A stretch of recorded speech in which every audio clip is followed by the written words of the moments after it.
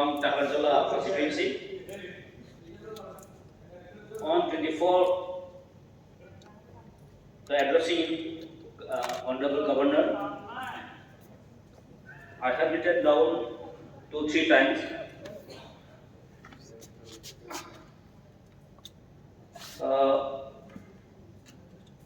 So I will prefer my mother language, mother tongue, and Koprok. So, Chungaro Nukha, Chini Honorable Governor ni the address. Kabangmo Zagabo development ikok Nukha. Kabangma Chini Honorable Minister Usaka, Chini Ratan Naji, he already spoken. Kabangma development ikok Lama, Tui, education. I appreciate the government of Tripura, but I have some confused.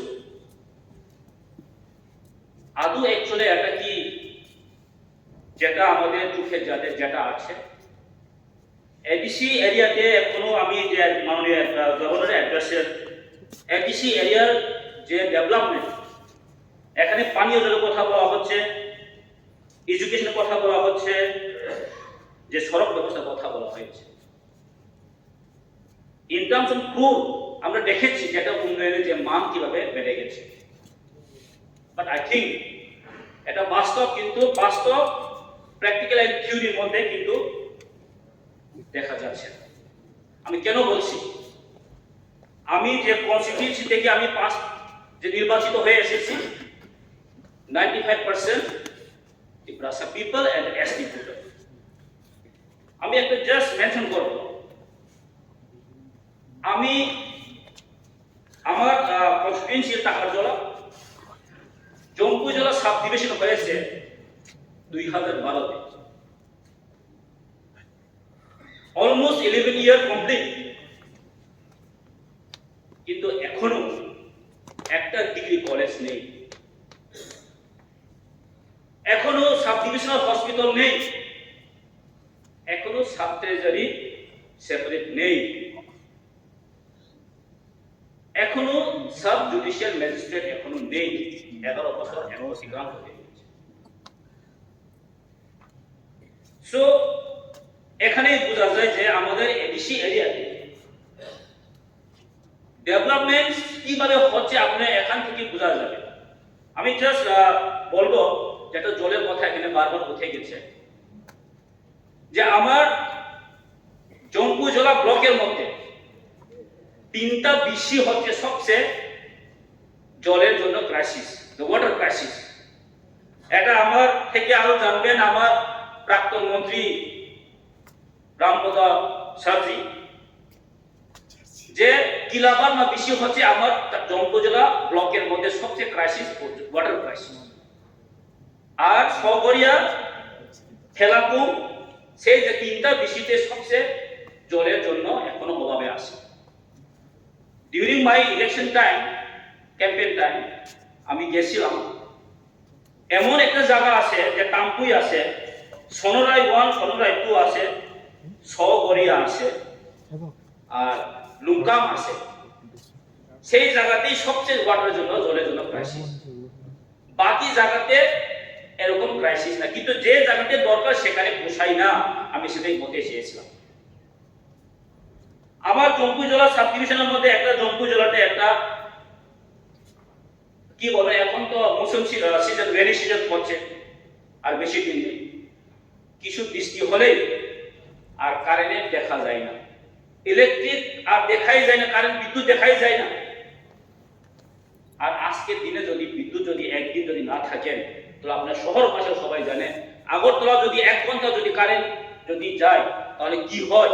আর আমাদের গ্রামে এখনো একদিন যদি বৃষ্টি আসে 3-4 দিন কিন্তু কারেন্টের কোনো দেখা নেই, ইলেকট্রিক কোনো দেখা নেই। তাহলে আমরা কিভাবে বসবাস করছেন আপনি জানেন। একটা সাবস্টেশন হয়েছে 33 কেভি, 2020 একটা সাবস্টেশন জন্য টেন্ডার হয়েছে, কিন্তু এখন পর্যন্ত সেই টেন্ডার আর এই কাজ এখনো বন্ধ আছে। সো আমি বলতে চাই অনারেবল স্পিকার স্যার, আমি দৃষ্টি আকর্ষণ করবো আপনাকে যে আমাদের মন্ত্রীকে, যে এই জম্পু জেলা সাব ডিভিশনের মধ্যে এখনো বাস বাস সার্ভিস নেই, যাতায়াত ব্যবস্থা নেই। আমি একটা এক্সাম্পল বলবো, আমি মন্ত্রী কে যেন একটু বলেছেন মানে সদস্য স্পেসিফিক কোনাচে এখন পর্যন্ত জম্পু জেলা থেকে চম্পনগরে যে যাওয়ার রাস্তা অনেকদিন ধরে সেই রাস্তার কন্ডিশন লাইফ লাইন এখনো একদম মানে কিভাবে বলবেন, একটা গাড়ি গেলে অবস্থা কি বুঝবেন, এটা একবার গেলে বুঝবেন আপনি। 4-5 বছর হয়ে গেছে, টেন্ডার হয়েছে শুনেছি, কিন্তু এখন কাজ ধরা হয়নি। What is the reason? আমি ডেভেলপমেন্ট যখন কথা বলছেন, আমি একটা কথা বলবো যে আমাদের গভর্নরের যে অ্যাড্রেসের মধ্যে এটা আমি দেখলাম না যে ভিলেজ কমিটি ইলেকশন। আমি কেন বলছি, ডেভেলপমেন্ট যদি করতে হয় তাহলে ভিলেজ কমিটি ইলেকশন করতেই হবে। আমরা দেখেছি গত 2 বছর হয়ে গেছে যে ভিলেজ কমিটির মেয়াদ শেষ হয়ে গেছে। 7 তারিখ মার্চ 2021-এ ভিলেজ কমিটির মেয়াদ শেষ হয়ে গেছে। এখন পর্যন্ত ভিলেজ কমিটি ইলেকশন কেন হয়নি আপনি জানেন? যদি ভিলেজ কমিটিতে যদি পাবলিক রিপ্রেজেন্টেটিভ না থাকেন তাহলে তাদের অর্থ কোথা থেকে আসবে? আপনারা বাজেট করছেন না। আর সব জায়গাটা হয়ে গেছে, বাই ইলেকশন হয়েছে, করোনার মধ্যে অনেক কিছু এমসি ইলেকশন হয়েছে, পুরো পরিষদ ইলেকশন হয়েছে, কিন্তু কেন ভিলেজ কমিটি ইলেকশন করলেন না? আমি খুব কনফিউজ। তো যদি গ্রামের দিকে এডিসি এরিয়া যদি উন্নয়ন করতে হলে সেইগুলো আমি জাস্ট দৃষ্টি আকর্ষণ করবো, আপনি একটু নজরে দিবেন।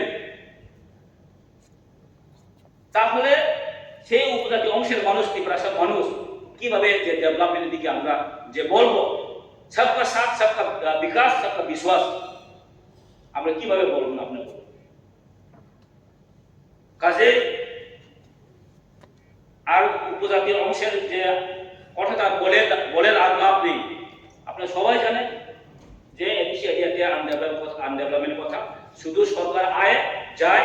গত সেই বামফ্রন্ট সরকারেও আমি বলবো ত্রিপুরার সাথে যত কালচার ডেভেলপমেন্ট হওয়ার কথা কিন্তু হলো না। তারপরে মানুষ এই ডিজিটাল মানুষ স্বতঃস্ফূর্তভাবে 2018-তে ভোট দিয়ে পাস করে, ভোট দিয়ে জয়যুক্ত করেছে।